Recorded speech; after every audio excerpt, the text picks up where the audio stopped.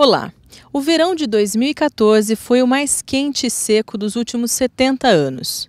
Portanto, falar sobre mudanças climáticas e aquecimento global se torna muito importante. Mas será que tudo que é dito é real? Eu vou falar hoje com o professor doutor Luiz Gustavo Ferreira de Oliveira, que é biólogo e vai poder esclarecer algumas questões sobre esse assunto. Olá, professor, muito obrigada pela participação. Em primeiro lugar, até a respeito do tema, mudanças climáticas e aquecimento global, é a mesma coisa?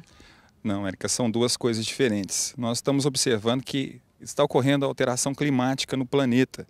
Nós estamos com verões mais quentes e invernos mais frios. E isso é uma coisa que vem alterando durante muito tempo, não é uma coisa recente. Já o aquecimento global, teoricamente, seria o planeta inteiro ter um aumento de temperatura, né? Um aquecimento global, como o próprio nome diz. E os últimos dados que a gente vem analisando mostram que o que está acontecendo é o contrário. Nós temos no global um resfriamento, mas verões mais rigorosos e invernos bem mais rigorosos também, com temperaturas muito mais baixas do que o normal, assim como no verão a temperatura é muito mais alta do que o que vinha acontecendo antes, né?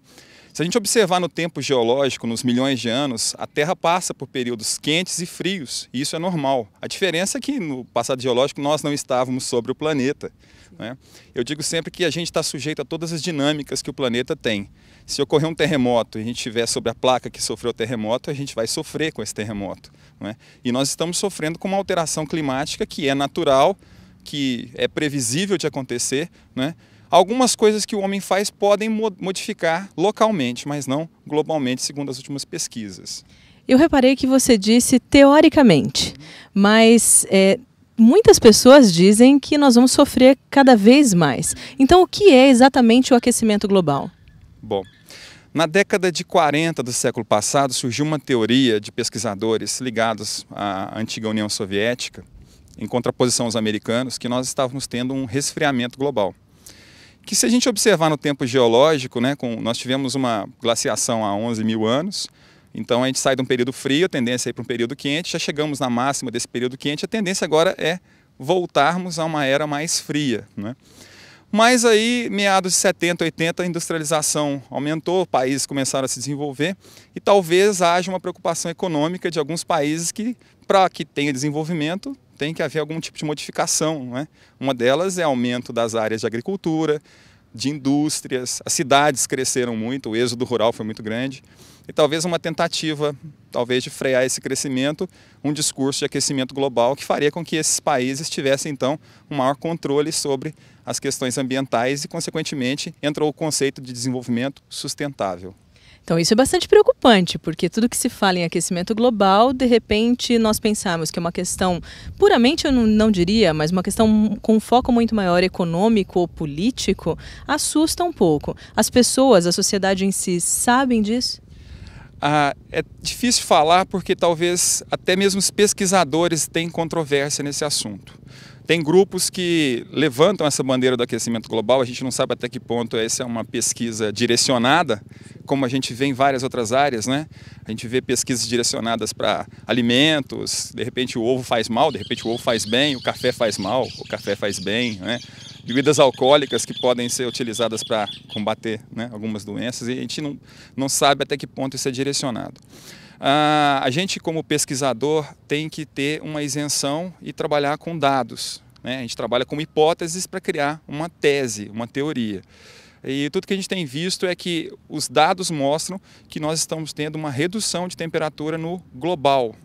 Um aumento local pode acontecer e é muito comum, né? Por que esse aumento acontece? Com o aumento do êxodo rural, as pessoas vão para a cidade, as cidades crescem, a maioria das cidades tem que ter urbanização, então você tem asfalto, você tem redução das áreas de mata, de florestas para a cidade poder crescer, então você cria a ilha de calor.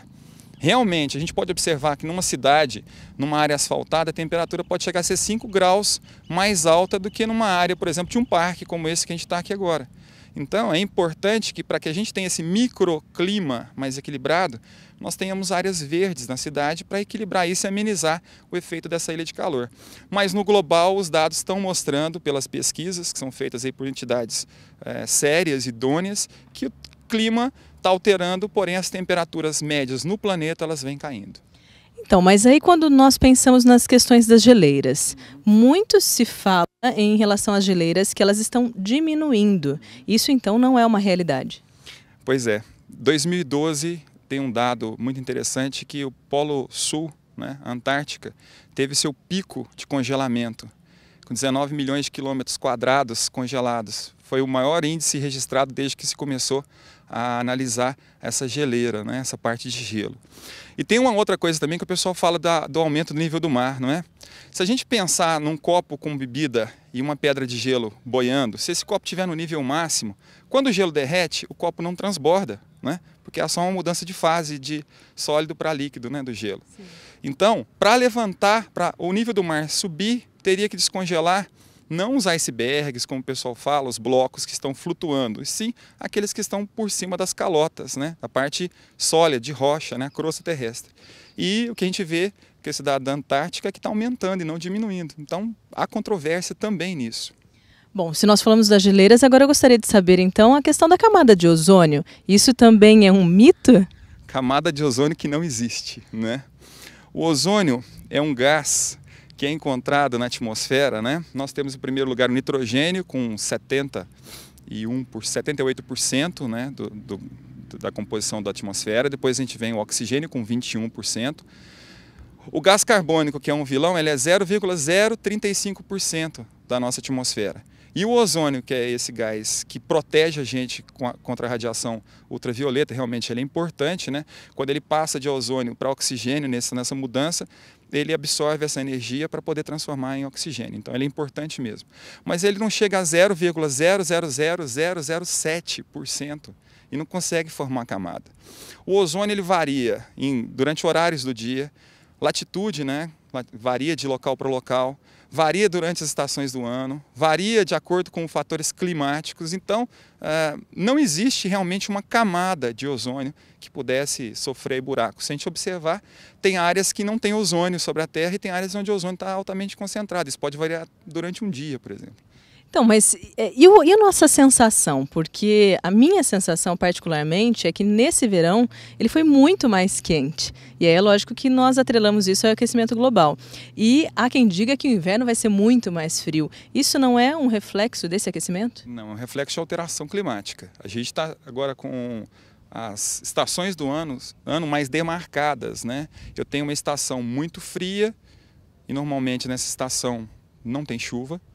E uma estação quente com chuva. Esse ano foi atípico porque nós tivemos estação quente e sem chuvas, mas foi causado por uma massa de ar quente que ficou estacionada sobre o Brasil, o que impedia uma massa com umidade de chegar e chover. Então foi um fator assim atípico que aconteceu. Mas a gente vai observar que se na média esquenta mais no calor e esfria mais no inverno, a média global, né, ela cai. Nós temos um inverno mais rigoroso que compensa a estação quente. E sobre o efeito estufa, o que você poderia então nos dizer? Pois é, outro paradigma que tem que ser quebrado, né? Segundo pesquisadores da USP, fisicamente é um efeito impossível. Porque o que mantém a temperatura de um planeta é a força da gravidade e a atmosfera, né? Que é formada. Quais gases compõem essa atmosfera? Tem planetas aí que tem a taxa de gás carbônico muito mais alta do que a nossa, que a propósito, nós estamos com um dos índices de CO2 mais baixos da história do planeta. Isso pode ser registrado, inclusive, em locais onde tem gelo, né? Você coleta o gelo, quanto mais profundo esse gelo, mais antigo. E o gelo ele armazena, a gente vê quando a gente faz um cubo de gelo, ele armazena gases, né? Esse gás pode ser analisado em equipamentos como espectrofotômetro de plasma acoplado e você descobre como é que era a atmosfera no passado. Então nós conseguimos descobrir que nós não estamos numa taxa tão alta de CO2, e nós, seres humanos, somos responsáveis por 7% só do CO2 que é lançado na atmosfera. Quer dizer, o efeito do homem, o efeito antrópico, ele existe localmente. Mesmo assim, ele é bem menor do que o que acontece naturalmente. Bom, eu tenho também curiosidade de saber se água, florestas, quais são as mais importantes e como vai ficar isso daqui a um tempo. Mas isso a gente fala no próximo bloco. Então, Teoria e Prática volta já.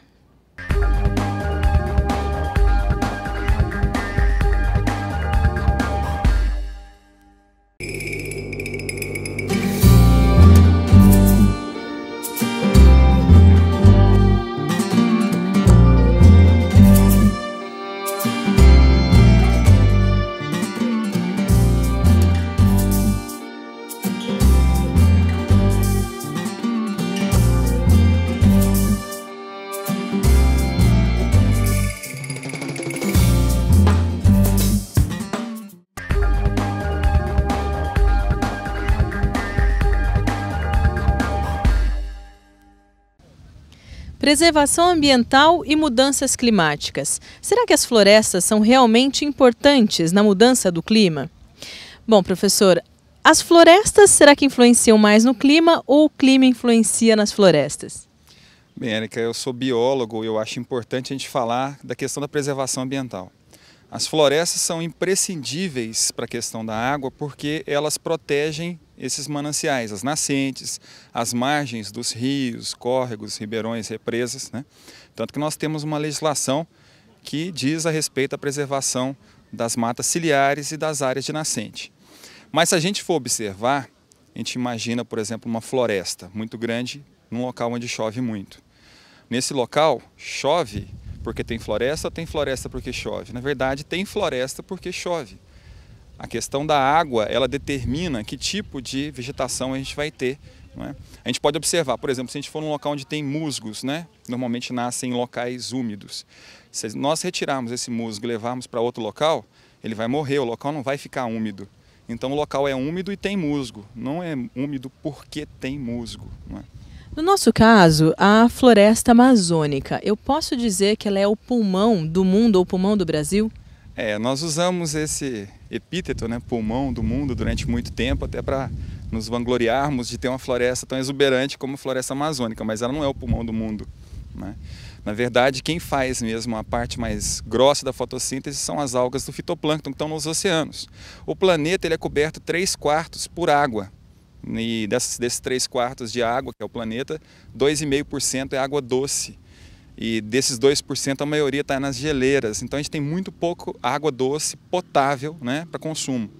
Tanto é que a gente tem alguns dados. 1 bilhão e 100 milhões de pessoas não têm água potável no mundo para beber, né? E aí vem todas as doenças também que a água traz. Então o interesse maior, talvez, que alguns países tinham na Amazônia, que era levantado a exuberância da floresta como o fator principal, talvez o mais importante é a água, né? Sob a Amazônia, além de nós termos a água do lençol, nós temos um dos maiores aquíferos do mundo, né? Que é o Alter do Chão. Muito maior do que o aquífero Guarani, que a gente está sobre ele aqui, nessa região onde a gente mora, né? Então é importante. Ele está sob a Amazônia, é isso? Isso, sob a Amazônia. Tanto é que a gente pode observar um fato que aconteceu em 2010. Nós tivemos uma seca na Amazônia e a primeira expectativa, lógico, com seca, é que houvesse diminuição da floresta. Depois disso, os pesquisadores foram observar, a floresta aumentou. Por que a floresta aumentou? As árvores muito grandes têm raízes profundas e conseguem extrair essa água que está em subsuperfície. E o fato de chover menos fez com que tivesse maior insolação, mais sol. Ainda tinha água lá de subsuperfície e as plantas cresceram ao invés de morrer. Se eu considerar então a questão do interesse dos Estados Unidos pela Amazônia, não é puramente em relação a árvores, a plantas? Dizem que a próxima guerra mundial vai ser causada pela falta de água. E a gente ainda pode pensar que a Amazônia tem recursos ali minerais, como gás, nós temos jazidas de ouro. Isso talvez seja de um interesse financeiro muito maior do que o interesse de deixar a mata em pé. Aqui nós estamos numa represa considerada artificial. É possível dizer que a água, não só dessa represa, mas a água mundial, ela pode de fato se esgotar? Então, a água no planeta ela não vai esgotar em quantidade, né? Porque nós temos um sistema cíclico e fechado. A água evapora, depois ela volta e ela não vai acabar em quantidade. Mas em qualidade a gente já está vendo que nós estamos tendo redução da qualidade da água. As cidades hoje, talvez o maior desafio seja o crescimento sustentável, principalmente em relação à água.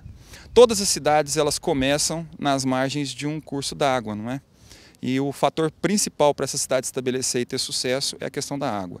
Mudanças climáticas locais já influenciaram várias populações. Os maias, por exemplo, incas, talvez tenham desaparecido porque eles esgotaram os recursos na região onde eles viviam, talvez faltou água, faltou alimento e a sociedade não pôde se manter. Então nós temos que preocupar realmente com a questão da água, que é um dos pontos principais desse século agora em termos ambientais. Mas se a gente pudesse dar uma sugestão até à população de como frear ou como auxiliar esse processo do aquecimento global e até o tratamento dessa água, pensando sustentavelmente, qual seria a tua sugestão? principal coisa é a gente entender que nós somos uma espécie que vive no planeta. Nós não somos os donos do planeta. O planeta não está à disposição da espécie humana. A gente usa todos os recursos, a gente usa a água, a gente usa o solo, a gente usa o ar para uma série de coisas. E a gente tem que pensar que esse sistema ele tem que ter um período para autodepuração. E nós temos coisas que a gente pode fazer também. Consumo consciente talvez seja o mais importante para esse século. Até o século passado nós não tínhamos a noção, por exemplo, de que um carro deveria gastar pouco combustível e de que esse carro estaria jogando no meio ambiente em termos de gases. A gente falou do efeito estufa, o gás carbônico não é o responsável aí por um efeito estufa que não existe, mas o gás carbônico ele pode acidificar os oceanos, como já está acontecendo, muda o pH do oceano, e nós estamos tendo morte dos corais de Recife, eles estão branqueando e vão morrendo. É um desequilíbrio muito grande, é uma coisa muito preocupante, muito importante, então nós temos que pensar nessas consequências que o planeta está sofrendo pela nossa ação. Não que nós tenhamos o poder de mudar a questão do clima, como o pessoal fala, mas nós mudamos, aí alteramos vários cenários em que esses seres vivos que convivem com a gente estão. Isso é que é importante. Existe algum acordo global, algum acordo mundial em relação às mudanças climáticas? Existe. Até a década de 80 do século passado, eu lembro muito bem que a questão ambiental era sempre colocada em segundo plano, né? Se você tinha um carro que consumia muito combustível, não era problema, né? O petróleo, um combustível fóssil, ninguém preocupava com isso. Em 92 nós tivemos aqui no Brasil a Rio 92, conhecida também como Eco 92, foi um marco para o Brasil, quer dizer, o Brasil começou até à frente de alguns países desenvolvidos a preocupar com a questão ambiental. Em 97 foi feito o protocolo de Kyoto, vários países se reuniram para pensar essa questão ambiental. Esse protocolo venceu em 2012 e foi renovado de 2013 a 2020, com várias cláusulas que os países que assinaram têm que cumprir para tentar manter o meio ambiente dentro de padrões aceitáveis para que a gente possa ter futuras gerações com saúde também. E, por último, professor, em relação ao Brasil, você me diz que ele está melhor ou pior que outros países? Bom, na questão ambiental, diferente de outras, nós não somos o pior nem o melhor, né? Nós estamos ali no meio. O Brasil é o 12º no ranking de países que emitem gás carbônico. Em primeiro lugar, a gente tem a China, com 50% a mais do segundo, que é os Estados Unidos. Tá? A China, com a população grande que ela tem, a industrialização e até mesmo o crescimento econômico, isso é uma consequência que está acontecendo. O Brasil, em 1965, nós tivemos o Código Florestal, que era o código mais restritivo do planeta. E eu concordo que esse código tem que ser restritivo, porque a gente só preserva aquilo que ainda tem para ser preservado. E o Brasil ainda tem 60% das suas áreas de mata nativa aí, em pé. Então nós temos que ter um sistema que preserve isso. Só que com as alterações que ocorreram agora nessa mudança do Código Florestal, 58% das áreas desmatadas que deveriam ser reflorestadas, elas vão receber anistia. Então já é preocupante o que a nossa lei retrocedeu nessa questão de preservação. Mas o Brasil ainda tem o que preservar, por isso que é importante, principalmente a educação ambiental, para que as futuras gerações possam ter esses locais bonitos, com água, né, com qualidade do ar, para a gente poder usufruir disso para as próximas gerações também, né? Professor, muito obrigada. De fato, assim, me surpreende, porque várias coisas que são faladas na mídia, você conseguiu quebrar alguns mitos com essa entrevista. Obrigada pela participação. E é isso aí. Esse é o professor Dr. Luiz Gustavo Ferreira de Oliveira e o assunto de Teoria de Prática de hoje foi mudanças climáticas e aquecimento global. Para algumas sugestões ou dúvidas, nos envie um e-mail, teoriaepratica@uniararas.br. Até a próxima!